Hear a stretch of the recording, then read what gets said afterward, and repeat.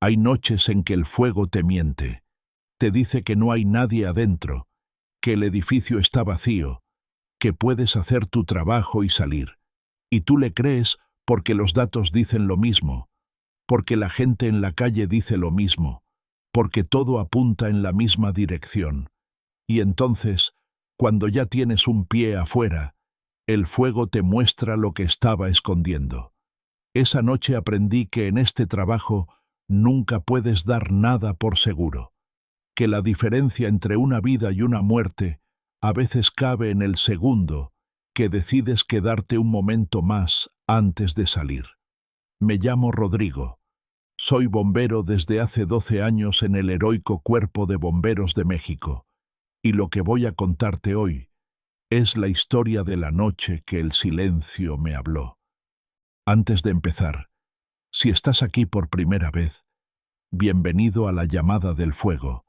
Este es el canal donde te cuento las historias que no aparecen en los noticieros, las que se quedan adentro del cuartel, las que solo saben los que estuvieron ahí. Suscríbete ahora y activa la campanita porque cada día traigo una historia nueva y no quiero que te pierdas ninguna. Listo. Ahora sí, empecemos desde el principio. Era un miércoles de octubre, casi a medianoche.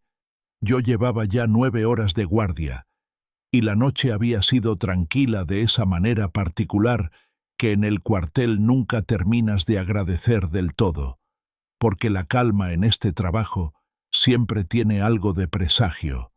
Los veteranos lo saben. Cuando la noche está demasiado quieta, el cuerpo se pone alerta de una manera que no tiene nombre pero que todos reconocemos. Estaba revisando el equipo de respiración autónoma en el almacén cuando sonó la alarma. Incendio en bodega industrial. Calle Ferrocarril número 340. Estructura comprometida en zona central. Sin reporte de personas en el interior. Esa última parte es importante. Sin reporte de personas en el interior. Eso significa que según toda la información disponible en ese momento, el edificio estaba vacío. Nadie había llamado diciendo que había alguien adentro. Los vecinos consultados confirmaban que la bodega llevaba semanas sin actividad. El propietario, localizado por teléfono mientras nos desplazábamos, confirmó que no había nadie trabajando a esa hora. Vacío. El edificio estaba vacío. Nos pusimos en marcha en 90 segundos. Yo iba en el primer camión con mi compañero Aurelio, un hombre de 42 años que llevaba 18 en el cuerpo y que tenía esa manera de moverse en los incendios que solo dan los años, esa economía de movimientos que no desperdicia ni un gesto. Aurelio era el tipo de bombero que te hace mejor simplemente trabajando a su lado, porque observas cómo procesa las situaciones y aprendes sin que nadie te explique nada. Cuando llegamos a la calle Ferrocarril, el panorama era el siguiente. Una bodega de unos 800 metros cuadrados de una sola planta, construcción de los años 80, techo de lámina sobre estructura metálica, paredes de bloc. El fuego había empezado en el sector noreste, probablemente en la zona de almacenamiento según el patrón de las llamas, y estaba avanzando hacia el centro del edificio, con una velocidad que indicaba que había material combustible almacenado, aunque supuestamente la bodega llevaba semanas sin actividad. El humo era denso y negro, ese tipo de humo negro espeso que en este trabajo te dice cosas antes de que entres. Te dice que hay materiales sintéticos quemándose. Te dice que el aire adentro es tóxico de una manera específica. Te dice que el equipo de respiración no es opcional, sino absolutamente necesario. No había nadie en la calle gritando que había alguien adentro. No había coches aparcados fuera que indicaran presencia humana. Todo confirmaba lo que el reporte inicial decía. La bodega estaba vacía. Establecimos el perímetro. Conectamos las mangueras a la toma de agua más cercana y Aurelio y yo entramos para hacer el reconocimiento interior y atacar el foco principal del incendio desde adentro, mientras el equipo exterior trabajaba la fachada.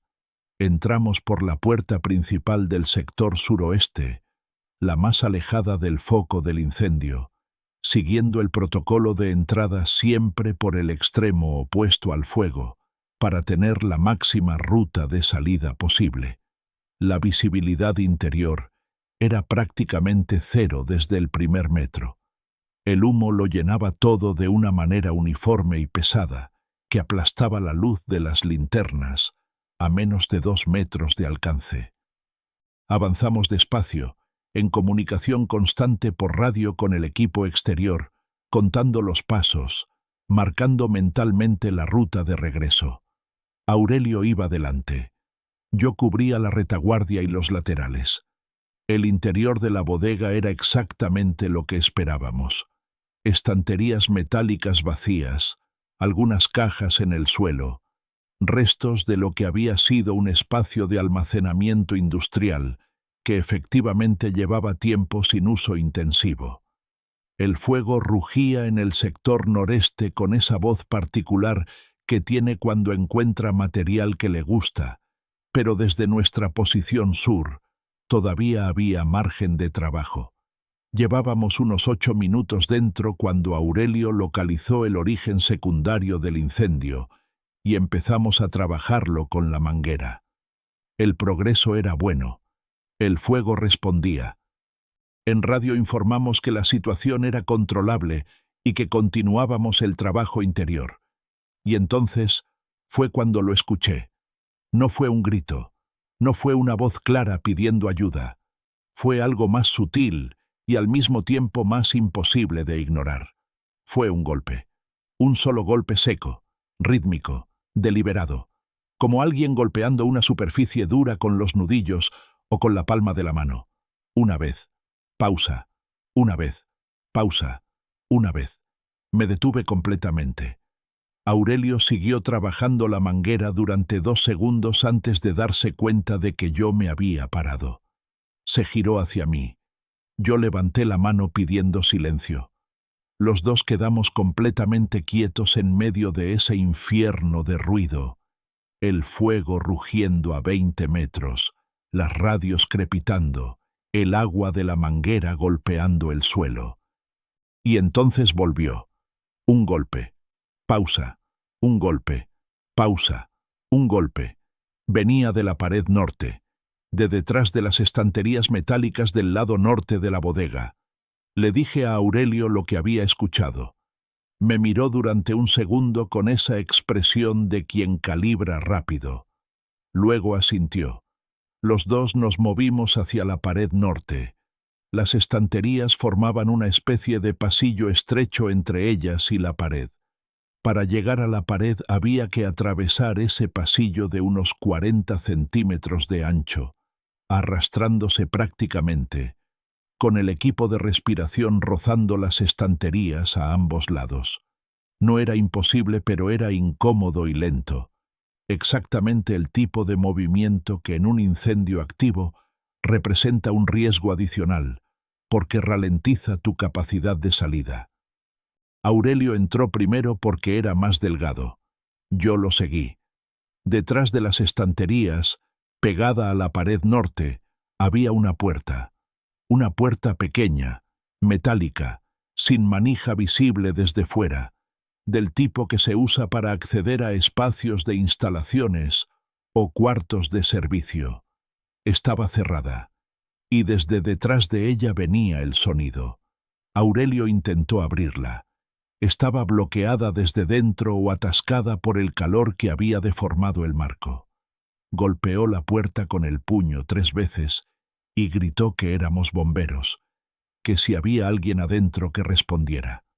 Hubo un segundo de silencio, y luego, desde el otro lado de esa puerta metálica, en medio del rugido del incendio y el humo y el calor, escuchamos una voz.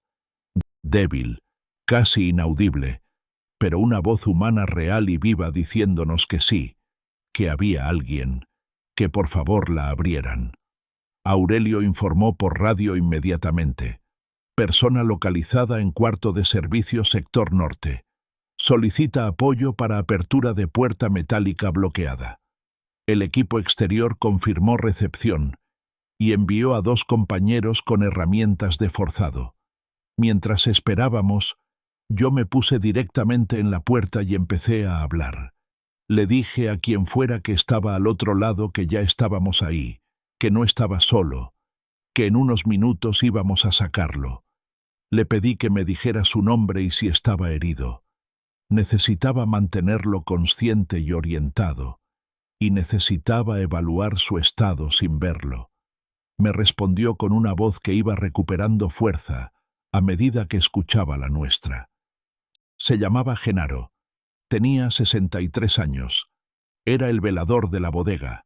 Llevaba trabajando ahí de noche durante 4 años, aunque la empresa llevaba meses sin actividad diurna.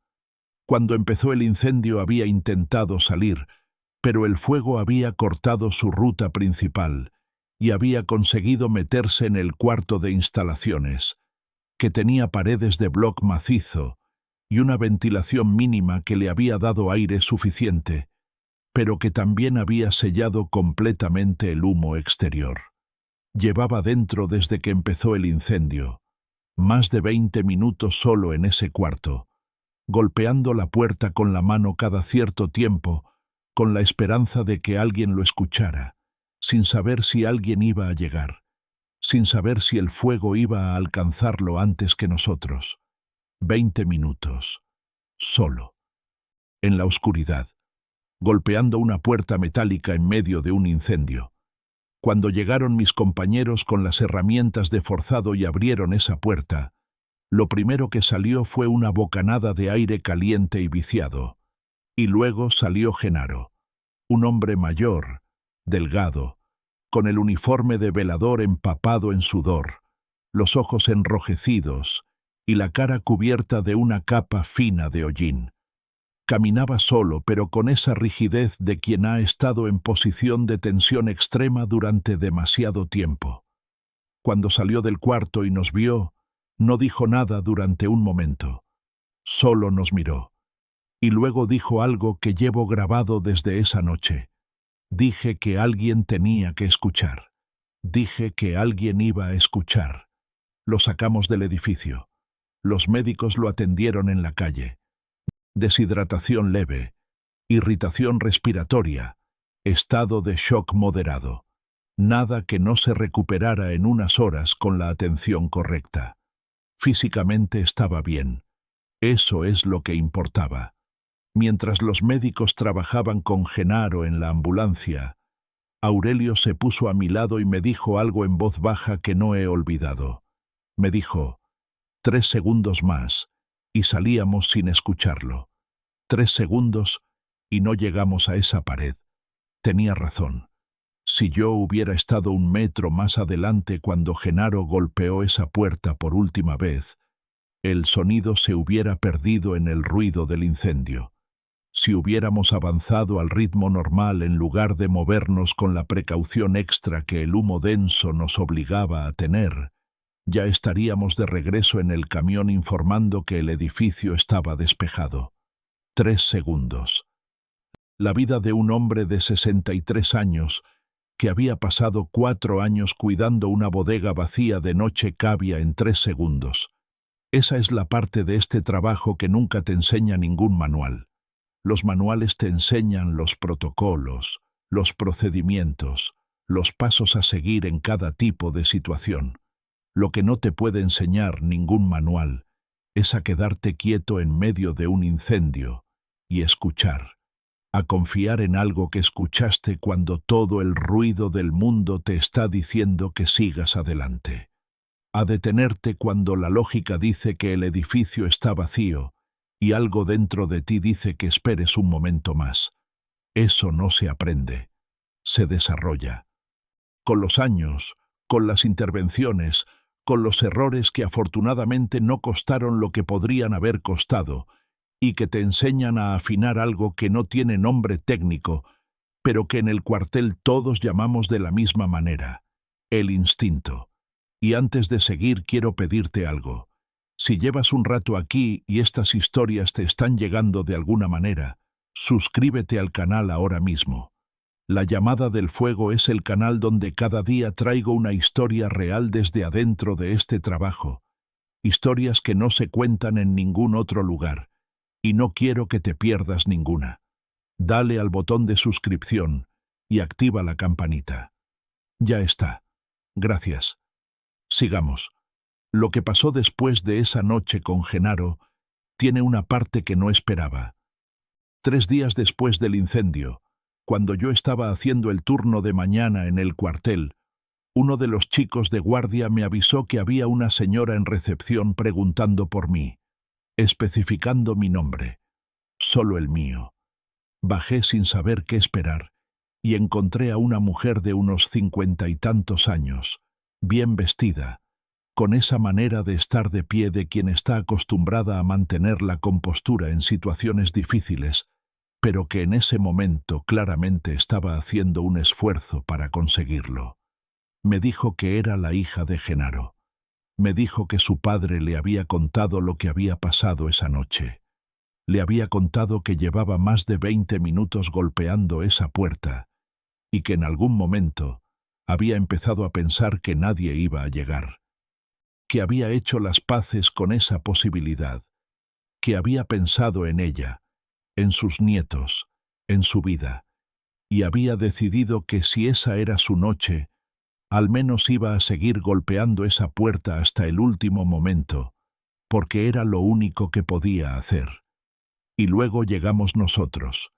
Me dijo que su padre era viudo desde hacía 8 años, que ese trabajo de velador nocturno era lo que le daba estructura a sus días, una razón para levantarse, un lugar al que pertenecer, que cuando le dijeron que la empresa cerraba y que ya no iba a necesitar sus servicios, lo que más le preocupó a él no fue el dinero sino perder esa rutina, ese propósito pequeño y concreto de cuidar algo durante la noche.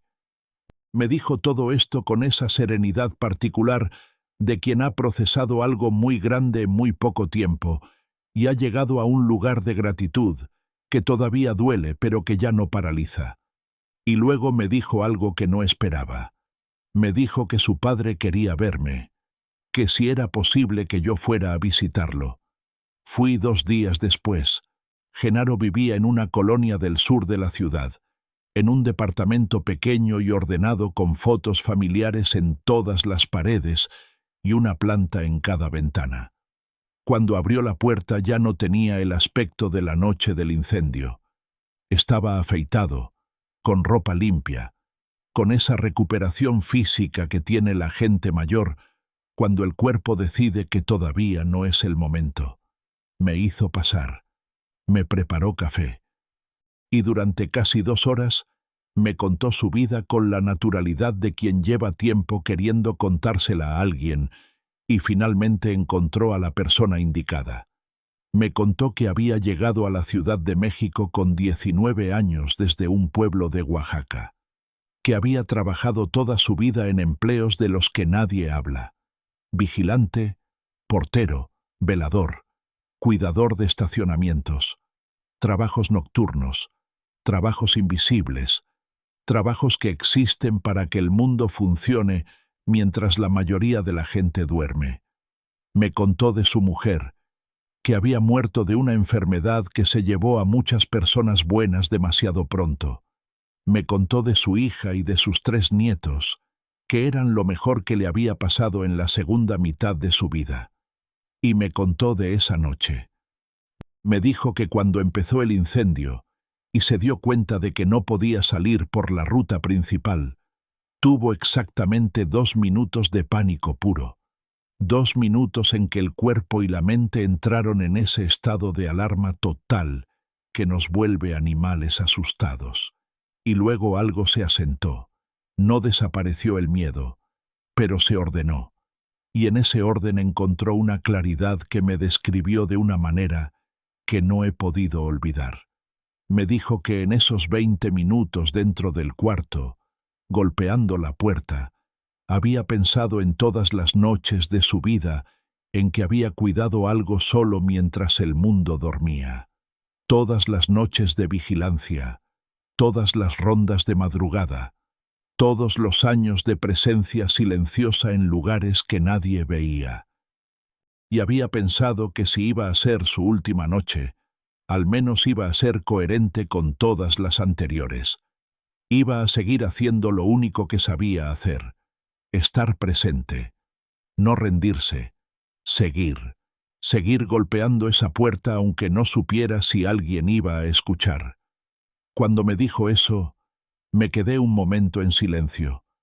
Hay cosas que la gente dice sin darse cuenta de lo grandes que son, sin darse cuenta de que en esa frase simple y directa hay toda una filosofía de vida que mucha gente busca en libros y cursos y conferencias sin encontrarla. Genaro no la había encontrado en ningún libro. La había encontrado en 40 años de noches solitarias cuidando cosas que no eran suyas.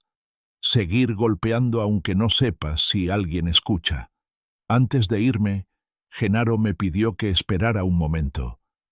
Se levantó, fue a uno de los cajones de la cocina y volvió con algo en la mano. Era una estampita de la Virgen de Guadalupe, pequeña, plastificada, con los bordes desgastados de años de uso. Me la puso en la mano y me dijo que había estado con él esa noche dentro del cuarto, que la había tenido apretada en el puño mientras golpeaba la puerta y que quería que me la quedara yo. Le dije que no podía aceptarla, que claramente era algo muy personal para él. Me dijo que precisamente por eso me la daba, que las cosas importantes hay que darlas a las personas importantes. Me la quedé. La llevo en el bolsillo interior de mi chaqueta de trabajo desde ese día. En cada intervención, en cada guardia, en cada entrada a un edificio en llamas. La llevo porque me recuerda algo que Genaro me enseñó esa noche sin proponérselo, que al otro lado de cualquier puerta que parezca vacía, detrás de cualquier silencio que parezca definitivo, puede haber alguien que lleva 20 minutos golpeando y esperando que alguien se detenga a escuchar. Y mi trabajo, el trabajo que elegí hace 12 años y que volvería a elegir sin dudar, es ser ese alguien.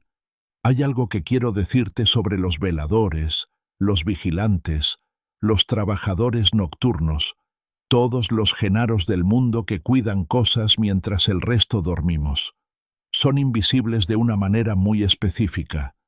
No invisibles porque no existan o porque no importen, sino invisibles porque el sistema está construido para no verlos. Sus nombres no aparecen en los informes. Sus historias no salen en las noticias. Nadie hace documentales sobre las noches que pasaron solos en una bodega vacía, manteniendo el orden de un mundo que no sabía que ellos estaban ahí. Genaro llevaba 4 años cuidando esa bodega de noche. 4 años de noches solitarias, de rondas silenciosas, de café frío y televisión en un teléfono pequeño para hacer pasar las horas. Y la noche que esa bodega se incendió, la noche que más importaba, el reporte oficial decía que no había nadie adentro, porque nadie lo había registrado, porque nadie había pensado en preguntar si había un velador que trabajaba de noche, aunque la empresa no tuviera actividad diurna. Esa falla de información casi cuesta una vida. No por malicia de nadie, sino por esa invisibilidad sistemática de los que trabajan cuando nadie los ve. Después de esa noche cambié algo en mi manera de trabajar. Cada vez que llego a una intervención en un edificio comercial o industrial que supuestamente está vacío, antes de dar nada por seguro, pregunto específicamente: ¿había servicio de vigilancia nocturna? ¿Había algún velador? ¿Alguien ha confirmado que esa persona salió? Es una pregunta que me lleva 10 segundos hacer. Es una pregunta que aprendí a hacer gracias a Genaro. Y es una pregunta que desde entonces, en al menos 3 intervenciones que recuerdo, ha marcado la diferencia entre un edificio vacío y un edificio con alguien adentro esperando ser encontrado. 10 segundos. Una pregunta. Una vida. Eso es lo que me enseñó la noche que el silencio me habló. Genaro sigue bien. Sigue viviendo en su departamento del sur con las fotos familiares y las plantas en las ventanas. Se jubiló formalmente después del incendio, que fue también el cierre definitivo de esa etapa de su vida laboral. Sus nietos lo visitan los fines de semana. Su hija me manda un mensaje cada año, en las fechas que los dos sabemos cuáles son, y yo sigo llevando su estampita en el bolsillo interior de mi chaqueta. Cada guardia, cada intervención, cada vez que entro a un edificio que alguien me dice que está vacío, y algo dentro de mí dice que me quede quieto un momento más y escuche. Porque en este trabajo, como en la vida, las cosas más importantes a veces no gritan. A veces solo golpean suavemente una puerta metálica en la oscuridad y esperan que alguien se detenga a escuchar. Si llegaste hasta aquí, gracias por quedarte. Esta historia es de esas que no se olvidan fácil, y si te llegó de alguna manera, compártela con alguien que la necesite escuchar hoy. A veces la historia correcta en el momento correcto le recuerda a alguien que vale la pena seguir golpeando, aunque no sepa si alguien va a escuchar. Suscríbete al canal si todavía no lo has hecho. La Llamada del Fuego publica una historia nueva cada día. Historias reales desde adentro del cuartel, desde el lugar donde muy poca gente se atreve a mirar. Dale a la campanita para no perderte ninguna. La semana que viene voy a contarte la historia de la noche que me ordenaron no entrar a un edificio. El edificio iba a colapsar. Adentro había una niña. Lo que decidí en ese momento fue lo más difícil y lo más claro que he hecho en mi vida. Hasta mañana. Yo soy Rodrigo. Y esto es La Llamada del Fuego. Palabras totales. 3.400. Para llegar a 12.000 palabras y la hora y media de duración, necesito expandir este guión. ¿Quieres que lo expanda ahora o prefieres que arranquemos con los 7 guiones base y luego los expandimos todos juntos? Expándelo 18:15. No había nadie en el edificio en llamas. Hay noches en que el fuego te miente. Te dice que no hay nadie adentro, que el edificio está vacío, que puedes hacer tu trabajo y salir sin que nada inesperado pase. ¿Y tú le crees? Porque los datos dicen lo mismo, porque la gente en la calle dice lo mismo, porque todo apunta en la misma dirección. Y entonces, cuando ya tienes un pie afuera y la adrenalina empieza a bajar y el cuerpo comienza a procesar que esta intervención va a terminar de manera rutinaria, el fuego te muestra lo que estaba escondiendo desde el principio. Esa noche aprendí algo que ningún manual de formación te puede enseñar. Aprendí que en este trabajo nunca puedes dar nada por seguro, que la diferencia entre una vida y una muerte a veces cabe en el segundo, que decides quedarte un momento más antes de salir, que el silencio, cuando sabes escucharlo, es a veces la voz más importante de todas las que hay en un incendio. Me llamo Rodrigo, soy bombero desde hace 12 años en el heroico Cuerpo de Bomberos de México, y lo que voy a contarte hoy es la historia de la noche que el silencio me habló. Antes de empezar, si estás aquí por primera vez, bienvenido a La Llamada del Fuego.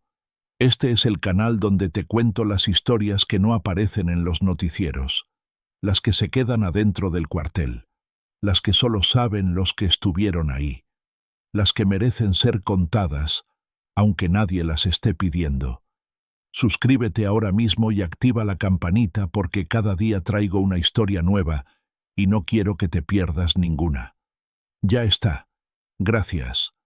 Ahora sí, empecemos desde el principio de todo. Era un miércoles de octubre, casi a medianoche.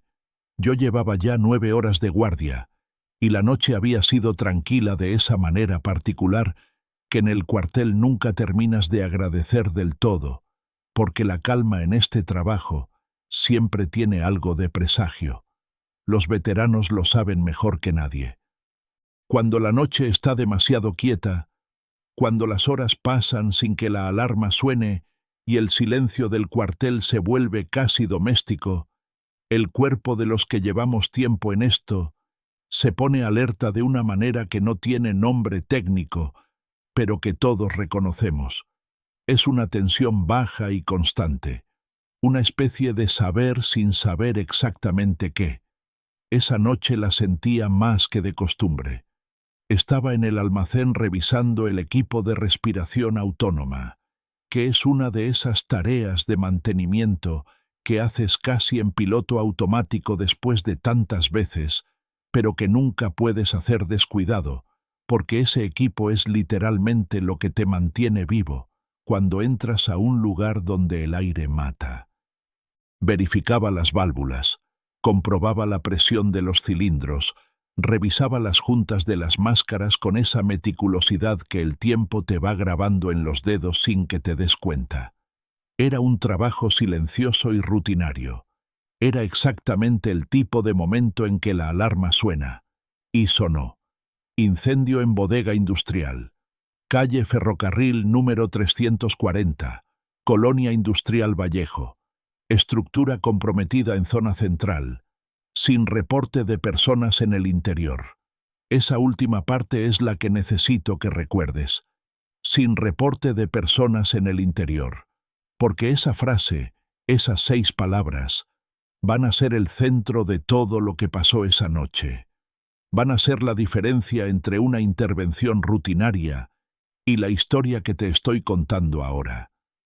Sin reporte de personas en el interior significa que según toda la información disponible en ese momento, el edificio estaba vacío. Nadie había llamado al 911 diciendo que había alguien atrapado adentro. Los vecinos consultados por radio confirmaban que la bodega llevaba semanas sin actividad visible, sin camiones de reparto, sin personal diurno, sin ninguno de los signos externos de una instalación activa. El propietario, localizado por teléfono mientras nos desplazábamos al lugar, confirmó desde su casa que no había personal trabajando a esa hora de la noche. Vacío. El edificio estaba vacío según todas las fuentes disponibles. Me puse el equipo en el camión mientras Aurelio conducía. Aurelio era mi compañero de guardia esa noche, un hombre de 42 años que llevaba 18 en el cuerpo de bomberos y que tenía esa manera de moverse en los incendios que solo dan los años y las intervenciones acumuladas. Esa economía de movimientos que no desperdicia ni un gesto, que procesa la información entrante de manera continua y silenciosa, sin que nada de ese proceso sea visible desde fuera.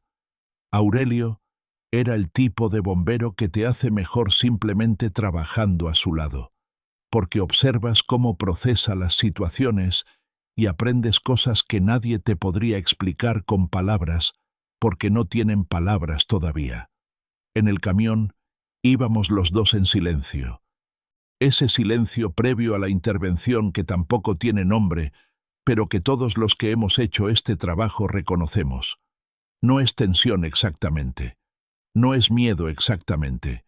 Es una especie de concentración que el cuerpo adopta de manera automática cuando sabe lo que viene. Como un músico antes de salir al escenario. Como un atleta en los bloques de salida antes del disparo. Aurelio rompió el silencio a 2 minutos del lugar. Me dijo sin apartar los ojos de la carretera. Bodega industrial vacía de noche. Eso siempre me pone nervioso. Le pregunté por qué. Me dijo, porque los edificios industriales vacíos de noche nunca están completamente vacíos. Siempre hay alguien que nadie registró. No le respondí nada, pero lo guardé. Cuando llegamos a la calle Ferrocarril, el panorama era el siguiente. Una bodega de unos 800 metros cuadrados de una sola planta. Construcción de los años 80 con todos los signos de esa época en la arquitectura industrial mexicana, techo de lámina acanalada sobre estructura metálica. paredes de bloc macizo, ventanas pequeñas y altas que ya estaban siendo alcanzadas por el humo desde el interior. El fuego había empezado en el sector noreste del edificio, probablemente en la zona de almacenamiento según el patrón de las llamas que podíamos ver trepando por la fachada norte, y estaba avanzando hacia el centro con una velocidad que me indicó desde el primer momento que había material combustible almacenado adentro, aunque supuestamente la bodega llevara semanas sin actividad. El humo que salía por las rendijas y las ventanas era denso y negro, ese tipo de humo negro espeso y pesado que en este trabajo te dice cosas antes de que entres. Te dice que hay materiales sintéticos quemándose, plásticos, cauchos, materiales de embalaje. Te dice que el aire interior es tóxico de una manera específica y agresiva. Te dice que el equipo de respiración no es opcional en esta intervención, sino absolutamente crítico desde el primer metro. Establecimos el perímetro rápidamente con el equipo que llegó en el segundo camión. Las mangueras conectadas a la toma de agua de la esquina, el área despejada de curiosos que inevitablemente se acumulan aunque sea medianoche, porque los incendios tienen esa capacidad extraña de despertar a la gente y sacarla a la calle. 2 compañeros trabajando la fachada norte desde afuera con agua. Aurelio y yo entramos para hacer el reconocimiento interior y atacar el foco principal del incendio desde adentro, que es la estrategia más efectiva cuando la estructura todavía es estable y la temperatura interior no ha alcanzado el punto de ignición generalizada. Entramos por la puerta principal del sector suroeste, la más alejada del foco del incendio, siguiendo el protocolo de entrada siempre por el extremo opuesto al fuego, para maximizar la ruta de salida disponible. La visibilidad interior era prácticamente cero desde el primer metro. El humo lo llenaba todo de esa manera uniforme y pesada que aplasta la luz de las linternas a menos de 2 metros de alcance, que convierte cualquier espacio conocido en algo irreconocible, que te obliga a confiar en el entrenamiento y en la memoria muscular, porque los ojos dejan de ser útiles. Avanzamos despacio, en comunicación constante por radio con el equipo exterior, contando los pasos desde la entrada, marcando mentalmente la ruta de regreso con esa cartografía interior que los bomberos desarrollamos casi sin darnos cuenta, ese mapa tridimensional que construyes mientras avanzas y que te va a sacar de ahí si en algún momento todo lo demás falla. Aurelio iba delante. Yo cubría la retaguardia y los laterales, que en un espacio de almacenamiento con estanterías es especialmente importante, porque los ángulos ciegos se multiplican y cualquier cosa puede estar en cualquier lugar. El interior de la bodega era exactamente lo que el reporte exterior sugería. Estanterías metálicas industriales en su mayoría vacías o con carga residual. Algunas cajas y palés en el suelo de manera dispersa. Restos de lo que había sido claramente un espacio de almacenamiento activo, que efectivamente llevaba tiempo en proceso de cierre o inactividad. El tipo de lugar que cuando está funcionando es ruidoso y lleno de gente y movimiento, y cuando está parado tiene algo de abandono silencioso, algo de historia truncada. Llevábamos aproximadamente 8 minutos dentro, cuando Aurelio localizó el origen secundario del incendio en una zona de estanterías del sector central, donde quedaban restos de material de embalaje apilado, y empezamos a trabajarlo con la manguera. El fuego respondía bien.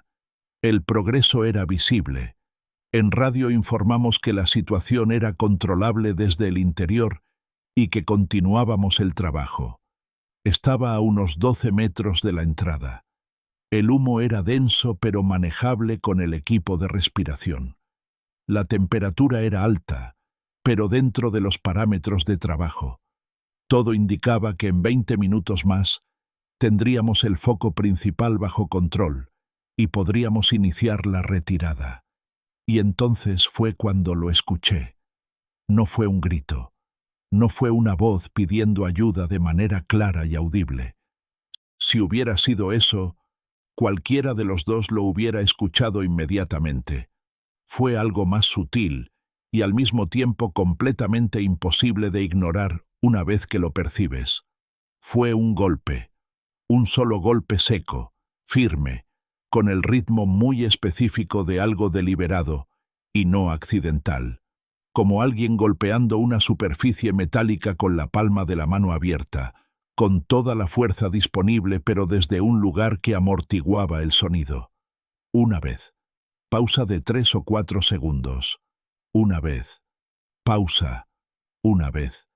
Me detuve completamente en seco. No fue una decisión consciente. Fue el cuerpo que paró antes de que la mente le diera la orden, que es exactamente cómo funciona cuando llevas suficiente tiempo haciendo esto. El instinto para antes que el pensamiento. Y luego el pensamiento alcanza al instinto y los dos llegan al mismo lugar. Ese sonido no es el edificio. Ese sonido no es el fuego. Ese sonido lo está haciendo alguien. Aurelio siguió trabajando la manguera durante 2 o 3 segundos antes de darse cuenta de que yo me había detenido. Se giró hacia mí. Yo levanté la mano cerrada, señal de alto y silencio que no necesita palabras. Los dos quedamos completamente quietos en medio de ese infierno de ruido, con el fuego rugiendo a 15 metros, las radios crepitando con comunicaciones del exterior, el agua de la manguera golpeando el suelo de cemento y las estanterías.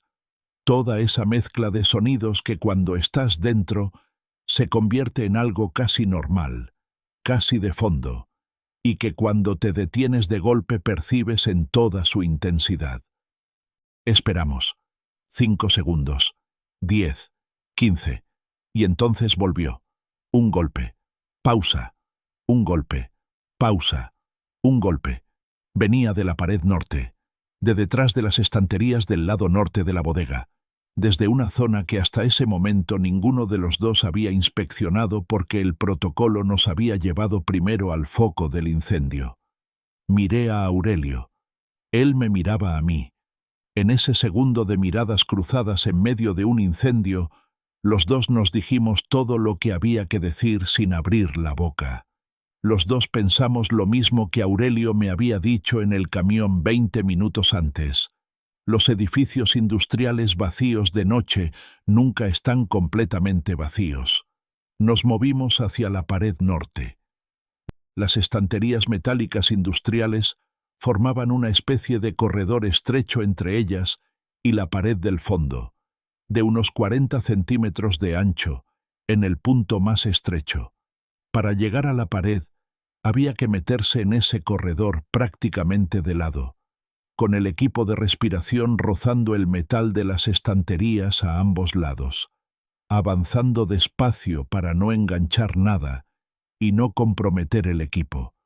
No era un movimiento imposible, pero era incómodo y lento, y en un incendio activo cualquier cosa que ralentiza tu capacidad de salida es un riesgo adicional que hay que evaluar en tiempo real. Aurelio entró primero. Yo lo seguí de cerca. Detrás de las estanterías, pegada a la pared norte de bloc macizo, había una puerta. Una puerta pequeña, de metal pintado de gris industrial, sin manija visible desde el exterior, del tipo que se usa para acceder a cuartos de instalaciones eléctricas o mecánicas, a esos espacios que existen en todos los edificios industriales, pero que nadie visita a menos que algo falle.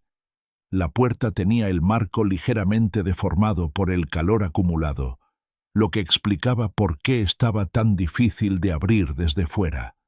Y desde detrás de esa puerta venía el sonido. Aurelio intentó abrirla primero. El marco deformado la tenía completamente atascada.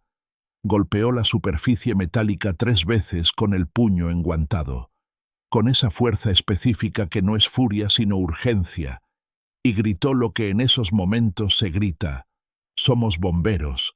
Si hay alguien ahí que responda, somos bomberos». El silencio que siguió a esas palabras fue el más largo que recuerdo en 12 años de intervenciones. 1, 2, 3, 4 segundos que se sintieron como minutos completos. Y luego, desde el otro lado de esa puerta metálica, mezclada con el rugido del incendio y el calor y todo el caos sonoro de esa noche, llegó una voz, débil, rasposa, definitivamente humana, definitivamente viva, diciéndonos que sí, que había alguien, que por favor la abrieran, que por favor no se fueran. Aurelio informó por radio inmediatamente con esa calma profesional que en los momentos críticos es la herramienta más importante que tenemos. Persona localizada en cuarto de servicio, sector norte interior. Puerta metálica bloqueada por deformación térmica. Solicita apoyo con herramientas de forzado. Urgente pero controlado. El equipo exterior confirmó recepción y envió a 2 compañeros con el equipo de forzado hacia nuestra posición. Mientras esperábamos, mientras Aurelio mantenía la comunicación con el exterior y vigilaba la evolución del incendio a nuestra espalda, yo me puse directamente contra esa puerta metálica y empecé a hablar. No porque tuviera un protocolo específico para eso, sino porque es lo que cualquier persona hace cuando sabe que al otro lado hay alguien que lleva tiempo solo y asustado en la oscuridad. Le dije a quien estuviera ahí que ya estábamos, que no estaba solo, que en unos minutos íbamos a abrir esa puerta y salir juntos. Le pedí su nombre. Le pregunté si estaba herido. Le pedí que me hablara, que me siguiera hablando. Necesitaba evaluarlo sin verlo. Necesitaba saber si había inhalación de humo severa, si había pérdida de conciencia intermitente, si había heridas que complicaran la extracción. Y necesitaba mantenerlo mentalmente presente y orientado, porque cuando alguien lleva tiempo en una situación de pánico sostenido, la llegada del rescate a veces produce una relajación tan brusca que el cuerpo colapsa justo en el momento en que más necesita mantenerse activo. La voz del otro lado de la puerta fue recuperando fuerza a medida que escuchaba la mía. Me respondió. Me dijo su nombre, Genaro. Me dijo que tenía 63 años. Me dijo que era el velador de la bodega. Me dijo que llevaba 4 años trabajando ahí de noche, que la empresa llevaba meses sin actividad diurna, pero que a él le habían dicho que siguiera yendo hasta que le avisaran lo contrario, que siguiera haciendo sus rondas, que siguiera cuidando las instalaciones, aunque no hubiera nada que cargar, ni descargar, ni procesar. Me dijo todo esto con esa coherencia de quien todavía está bien cognitivamente, lo cual era una buena señal. Me dijo que cuando empezó el incendio, que él había visto empezar desde la zona de las estanterías del noreste, donde a veces había quedado material de embalaje, había intentado salir por la puerta principal, pero el fuego ya había tomado ese corredor antes de que pudiera cruzarlo. Había intentado buscar otra salida, pero el humo avanzaba más rápido de lo que él podía moverse. Y entonces había recordado ese cuarto, el cuarto de las instalaciones eléctricas donde había entrado alguna vez a revisar los fusibles cuando había un corte de luz, y había corrido hacia él y cerrado la puerta detrás de él, y se había quedado dentro. El cuarto tenía paredes de bloc macizo de 20 centímetros, que era exactamente lo que lo había mantenido vivo. Esas paredes habían aguantado el calor y habían impedido que el humo entrara en cantidad letal. El cuarto tenía también una pequeña ventilación en la parte alta de la pared exterior, un tubo de PVC de 10 centímetros que comunicaba con el exterior y que le había dado el oxígeno suficiente para respirar durante todo ese tiempo, aunque el aire era caliente y tenía algo de humo ya. Llevaba ahí dentro más de 20 minutos. Solo. En la oscuridad casi completa porque la única fuente de luz que tenía era el teléfono celular, que en algún momento se había quedado sin batería. Golpeando la puerta metálica con la palma de la mano cada cierto tiempo, con la esperanza de que alguien lo escuchara, sin saber si alguien iba a llegar, sin saber si el fuego iba a alcanzar ese cuarto antes que nosotros. 20 minutos. En la oscuridad. Solo. Golpeando una puerta que no sabía si alguien iba a escuchar alguna vez. Cuando llegaron mis compañeros con el equipo de forzado y trabajaron la puerta durante unos 2 minutos que se sintieron muy largos, cuando finalmente el marco cedió y la puerta se abrió hacia afuera, lo primero que salió fue una bocanada de aire caliente y viciado con olor a plástico quemado y sudor humano.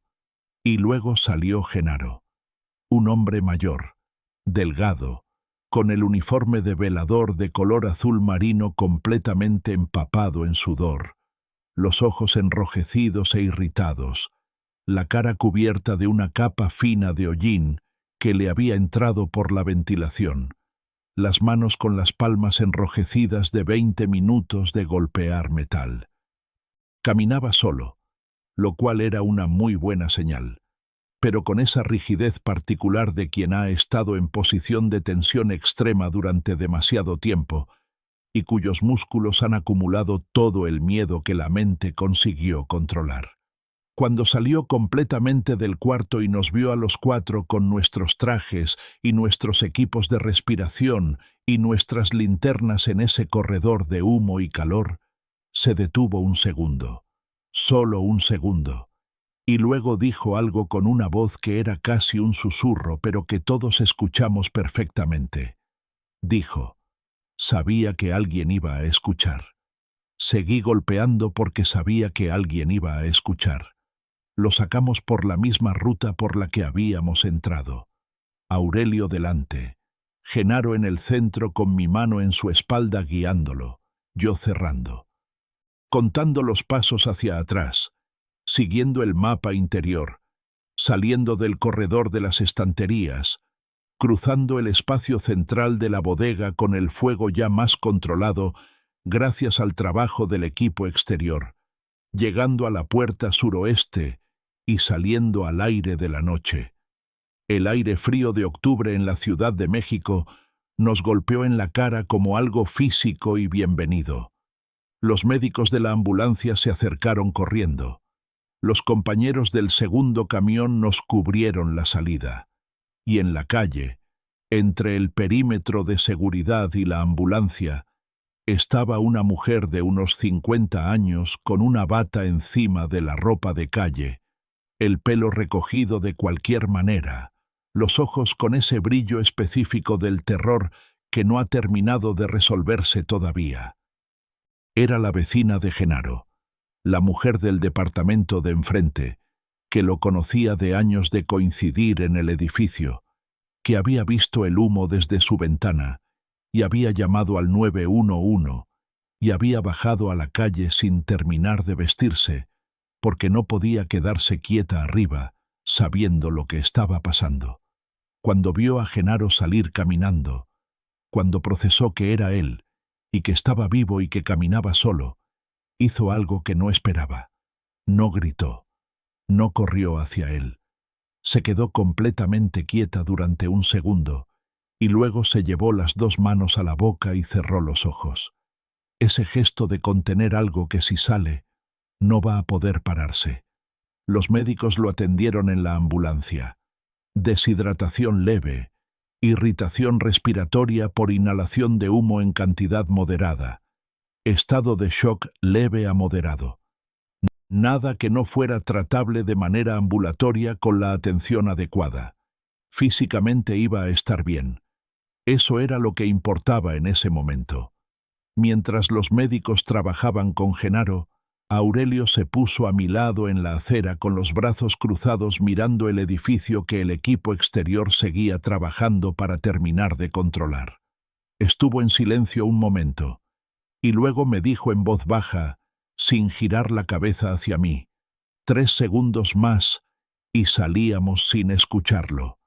Si el ruido del incendio hubiera sido un poco más alto esa noche, si nosotros hubiéramos estado 1 metro más adelante cuando golpeó, si hubiera golpeado en el intervalo equivocado, salíamos convencidos de que el edificio estaba vacío. No le respondí nada, porque tenía razón, y los dos lo sabíamos y no hacía falta decir más. 3 segundos. El ancho de 3 segundos separaba la historia que te estoy contando ahora de una historia completamente diferente. Una historia donde Genaro no salió. Una historia donde el reporte oficial del incendio de la calle Ferrocarril número 340 decía que la intervención había transcurrido sin incidentes y sin personas afectadas, porque nadie sabía que había una persona adentro, y nadie lo iba a saber hasta que al día siguiente alguien abriera ese cuarto de instalaciones. 3 segundos. Suscríbete al canal si todavía no lo has hecho, porque estas historias son para los que entienden que en la vida, como en los incendios, a veces la diferencia entre encontrar y no encontrar cabe en el segundo que decides quedarte quieto y escuchar. Dale a la campanita para no perderte ninguna. Sigamos.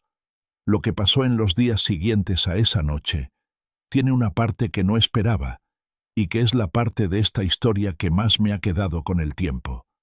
3 días después del incendio, cuando yo estaba haciendo el turno de mañana, uno de los compañeros de guardia me avisó que había una mujer en recepción preguntando por mí. No por el cuartel en general, por mí específicamente, diciendo mi nombre.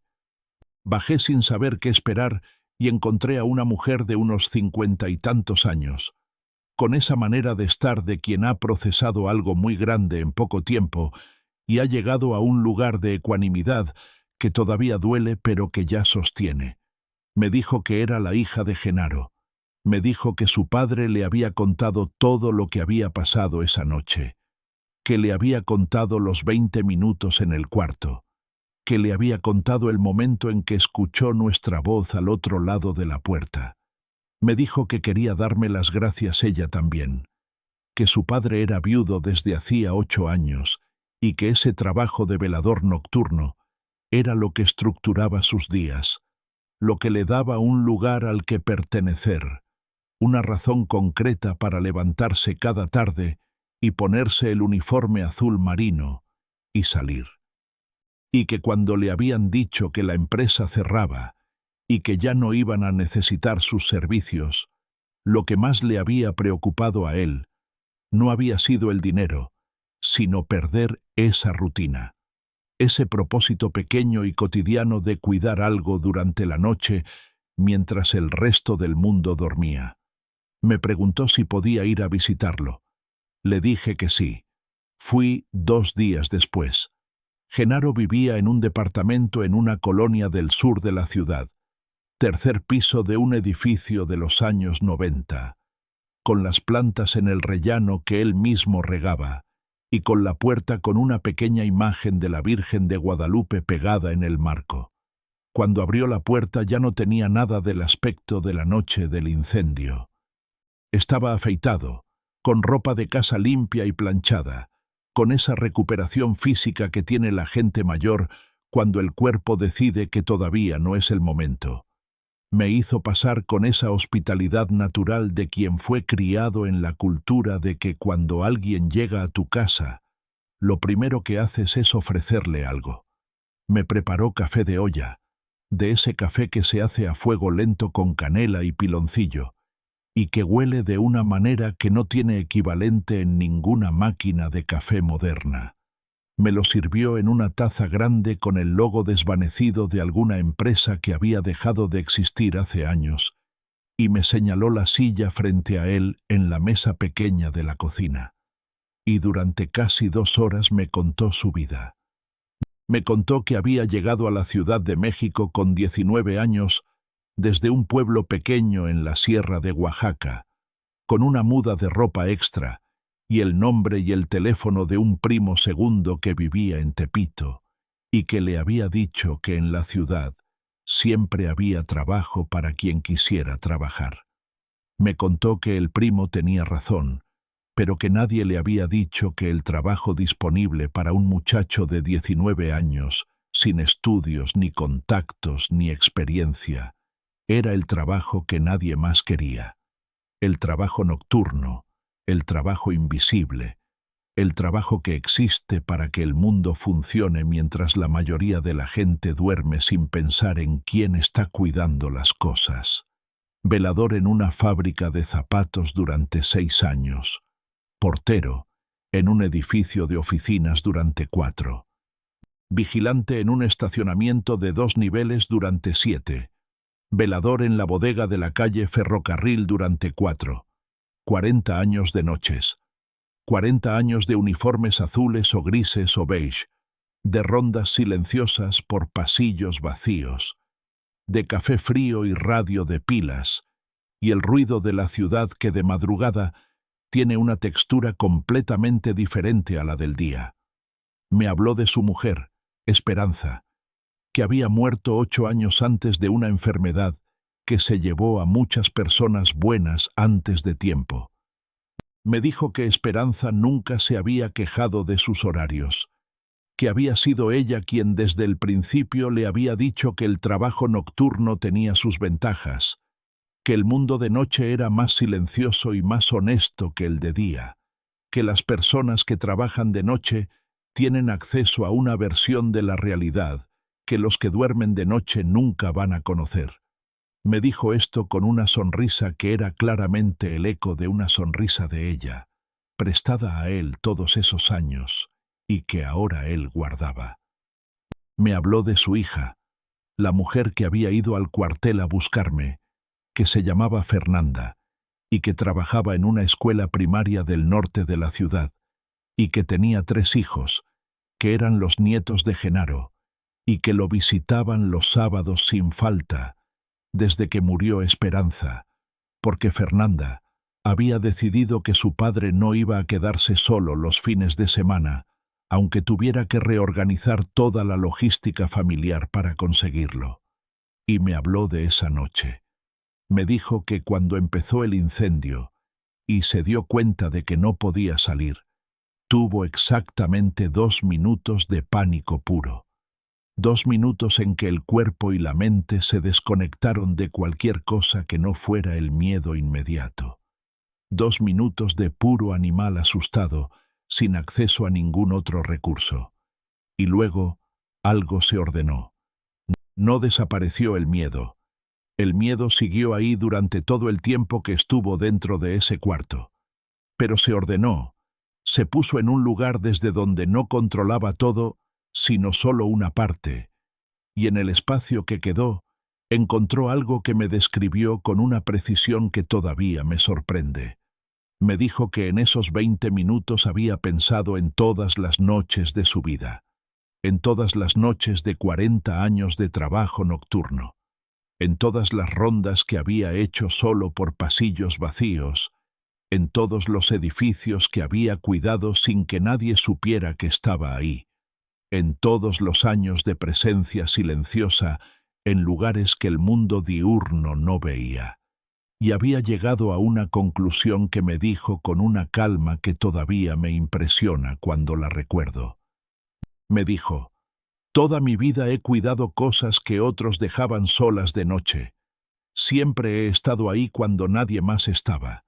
Si esa iba a ser mi última noche, al menos iba a ser coherente con todas las anteriores. Iba a seguir estando ahí. Iba a seguir haciendo lo único que sé hacer. Seguir presente. No rendirme. Seguir golpeando esa puerta aunque no supiera si alguien iba a escuchar. Me quedé en silencio después de que dijo eso. Hay momentos en que las palabras de alguien tienen un peso que no tiene proporción con el volumen al que fueron dichas. Genaro me lo dijo en voz tranquila, tomando café en su cocina pequeña, como si me estuviera contando algo ordinario. Y lo que me estaba diciendo era una de las cosas más grandes que he escuchado en 12 años de este trabajo y de esta vida. Seguir golpeando aunque no sepas si alguien va a escuchar. Esa frase se me quedó adentro de una manera que no todas las frases se quedan. No como algo que entiendes intelectualmente, sino como algo que sientes en algún lugar más profundo y más permanente. Porque Genaro no la había sacado de ningún libro de autoayuda, ni de ninguna conferencia de motivación. La había destilado de 40 años de noches solitarias, cuidando cosas que no eran suyas en lugares que nadie veía.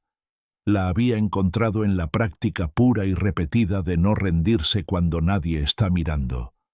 Antes de irme, Genaro se levantó y fue al cajón de la cocina. Volvió con algo pequeño en la mano. Una estampita de la Virgen de Guadalupe, del tamaño de una tarjeta de visita, plastificada, con los bordes desgastados de años de uso diario. La puso sobre la mesa entre los dos y me dijo que había estado con él esa noche dentro del cuarto, que la había tenido apretada en el puño izquierdo durante los 20 minutos, que quería que me la quedara yo. Le dije que no podía aceptarla, que era claramente algo muy personal para él, algo que llevaba mucho tiempo con él. Me miró con esa paciencia particular de la gente mayor que ya no discute las cosas secundarias porque ha aprendido a distinguirlas de las importantes. Y me dijo, precisamente por eso te la doy. Las cosas que más importan hay que dárselas a las personas que más importan. Tú entraste a ese pasillo, tú te quedaste quieto a escuchar. Tú la mereces más que yo ahora. Me la quedé. La llevo en el bolsillo interior de mi chaqueta de trabajo desde ese día. En cada intervención, en cada entrada a un edificio en llamas, en cada guardia. La llevo porque me recuerda a Genaro, y me recuerda lo que Genaro me enseñó esa noche en la calle Ferrocarril, sin proponérselo, sin saber que me lo estaba enseñando. Me recuerda que al otro lado de cualquier puerta que parezca vacía, puede haber alguien que lleva 20 minutos golpeando y esperando que alguien se detenga a escuchar. Y que mi trabajo, el trabajo que elegí hace 12 años, con toda la conciencia que tenía entonces, y que volvería a elegir con toda la que tengo ahora, es ser ese alguien. Después de esa visita hice algo que cambió mi manera de trabajar de manera permanente. Hablé con Aurelio primero, luego con el capitán de guardia, luego en la reunión semanal de turno. Les conté lo que había pasado con Genaro. Les conté que el reporte inicial decía que el edificio estaba vacío, porque nadie había preguntado si había servicio de vigilancia nocturna. Les conté que la diferencia entre encontrarlo y no encontrarlo había sido escuchar un golpe en el momento exacto, y que ese golpe podía perfectamente no haberse escuchado. Y propuse que añadiéramos una pregunta al protocolo de intervención en edificios comerciales e industriales. ¿Había servicio de vigilancia nocturna? ¿Se ha confirmado que esa persona salió? Es una pregunta que lleva 10 segundos hacer. Es una pregunta que desde entonces, en al menos 4 intervenciones que recuerdo con claridad, ha cambiado el resultado. Ha convertido un reporte de edificio vacío en un rescate. Ha convertido un incendio sin víctimas en un incendio con una persona viva que de otra manera no lo habría sido. 10 segundos. Una pregunta. La diferencia entre encontrar y no encontrar. Eso es lo que Genaro le regaló al trabajo que hago, sin saberlo, sin proponérselo, solo siendo quien era. 40 años de noches solitarias y una decisión de seguir golpeando aunque no supiera si alguien escuchaba.